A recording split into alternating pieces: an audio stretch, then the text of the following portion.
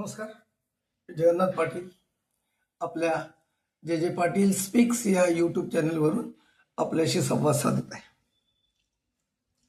आज दिनांक 13 जानेवारी 2026 आणि ज्ञानेश्वरच्या ओव्या आपण पाहतोय.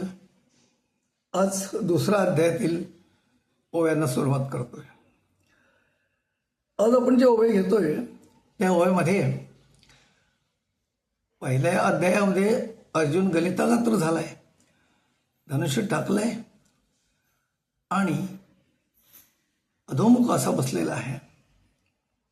त्या अर्जुनाला पुन्हा उभारी देण्यासाठी श्रीकृष्ण जो उपदेश करतायत तो आता सुरू होतोय. पहा, तू शूरवृत्तीचा ठावो, क्षत्रिया माझी राहो, तुझी या लाठेपणाचा आवो तिन्ही लोकी.